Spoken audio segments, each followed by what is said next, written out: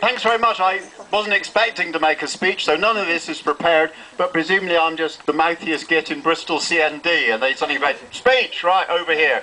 Stop me if this goes on too long, or it gets boring, but I'll do my best. What a brilliant day.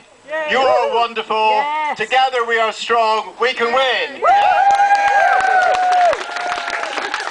I was in CND, the peace movement, 10, 20 years ago. Do you remember those massive demonstrations in Hyde Park? Giant, big, oh wow, yeah. And I don't know, but we were always right, weren't we? We were always right. This is all horrible. Death and destruction is always all horrible, but it's been a long slog. I, for various reasons, moved off into other things. Palestine campaigning. In Bristol, in the last month, for 2 weeks of that, we were occupying the lawn in front of the BBC because of their lies and propaganda about Israel and Palestine. And don't all these things link up? Because the last thing that any of the media wants to talk about is nuclear weapons. And as Molly was saying, the fact that most British people think that it's a really bad idea. And spending £100 billion on it is an even worse idea. Where's the BBC today? Here. Where is the BBC? Put your hand up if you're from the BBC. Let's have a look. Conspicuous by their absence. Bristol Boys Club. Close enough. For anybody who's not clear about all the details why nuclear weapons are bad, here is a quick playing card, flip chart, whatever thing. 4 submarines, 8 American missiles loaded with up to 5 British warheads, which is what they're manufacturing here. Constantly manufacturing them and then getting the old ones back and taking them apart and reprocessing them because of radioactive decay or something. They're going up and down our roads by armed convoys every month or 2 or something. The lovely people from Oxford track them, the Nuke Watch Convoy Watch group. Check out their videos on YouTube, it's amazing.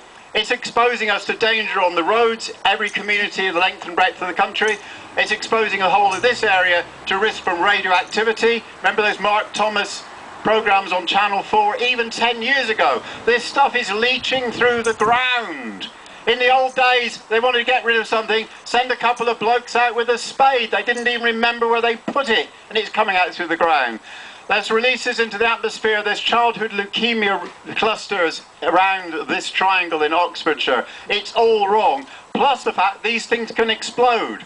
Anyway, what they're really designed to do is to shoot at other people for our defence. Here's a quick bit of maths, isn't it? 1 submarine, 8 missiles, 5 warheads, each warhead 8 times the power of Hiroshima.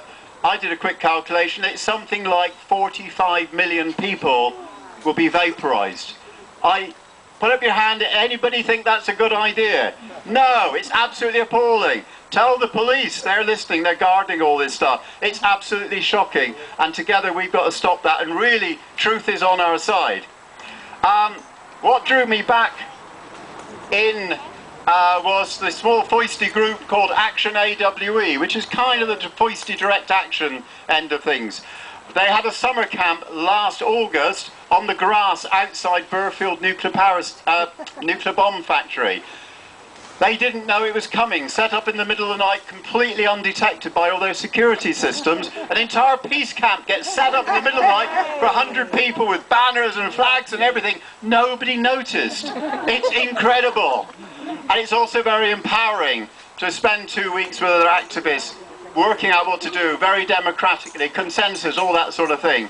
And then, if I've been flashing these pictures at people, last June, the sort of 30 people came back with cars and steel tubes and piles of concrete and sealed off Burfield for half a day. Maybe that doesn't seem a lot, but that was a record so far. With more people, we could do more. And the cops were so desperate to not arrest anybody. Because it makes it a media story, so it's that conspiracy of silence. But we have between now and the next general election, where we're voting for those candidates, whoever the next government is, they will be making a decision on replacing and upgrading Trident with £100 billion of our money, keeping these factories here at Aldermaston and Burfield running. It's absolutely dreadful. What we've just decided on the hoof here is Bristol will be forming an affinity group within Bristol CND to do more stuff, fluffy stuff, direct action stuff. getting out, spreading the word, being noisy, being seen, and getting the word out to everybody. This has got to stop. Do you agree? Yeah.